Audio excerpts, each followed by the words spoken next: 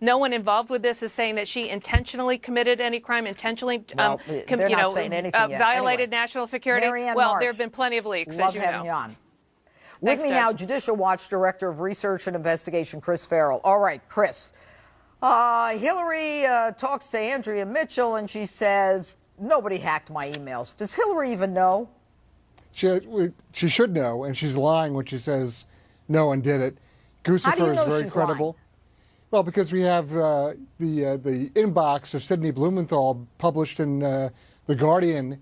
We have the assessments of people like Michael Hayden and General Flynn, who said that they would be disappointed if their former colleagues in the KGB and the Chinese intelligence service hadn't hacked a wide-open outlaw server.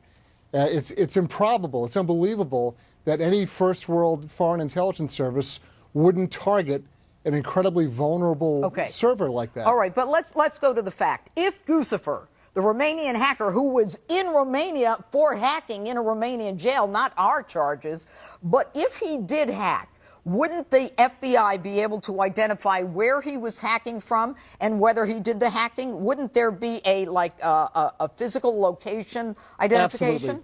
Absolutely. They can forensically walk it back. And frankly, that's why he's sitting in a jail in Alexandria, Virginia right now. They didn't extradite him because they had nothing else to do one week ago. There's a reason he's been brought back to the United States, and that's to provide evidence or testimony about how he entered into her server and what he saw there. You know what's interesting? There's a quote, and when I was reading the reports, he says, it was like an open orchid. The ease with which he hacked her emails. He also said that there are at least 10 other entries or hacks by other entities that he could identify just by roaming around the server itself. And there has been a suggestion that the Russians and the Chinese and maybe even the Israelis, and you can tell by the IPs, were hacking into it as well.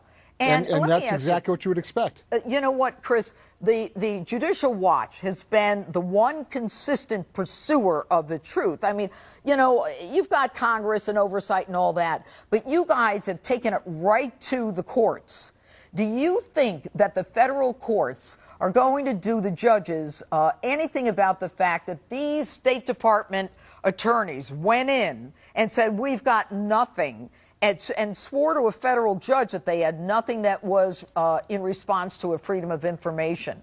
Isn't it more than just about Hillary and Uma? Doesn't it go down the pike?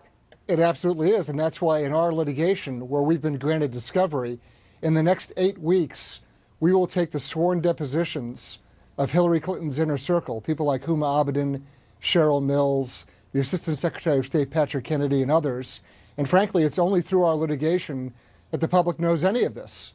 And we'll continue to press forward, and as we take these depositions, we'll make them public. People will be able to read and hear for themselves what was going on and what the story is. All right, Chris, but you know what doesn't make sense to me? Okay, I was a prosecutor for 30 years, okay? If the FBI has a pending investigation, it is rare that they let a civil deposition precede their questioning or their resolution of their case because they don't want it messed up. But if a federal court has said you can question Hillary, Uma, and the rest of them, then you're going to do it, right? Can the feds stop you? I mean, they could probably intervene if they wish to, but I can tell you that I, too, before I came to Judicial Watch, I was a special agent of Army counterintelligence. I've done investigations on unlawful disclosure of national defense information exactly like this. And so, you know, I'm not guessing at this. I've done it for a living, just as you've been a prosecutor. And you know that we're going to press forward very aggressively with our case to get the facts out. Whether the FBI does or doesn't move forward, or whether Attorney General Lynch chooses to block any kind of movement by the FBI to seek an indictment. You know, we have our own civil track. Judge Emmett Sullivan doesn't think this is funny. Oh, I know. He asked the Justice Department attorney who authorized the use of the server. They couldn't answer. Oh, there's a shock. Anyway, Chris, I'm running out of time, but we're going to have you back, and we'll be watching very closely. I can't wait to hear what you get in those depositions. Chris Farrell, Judicial Watch. Thank you.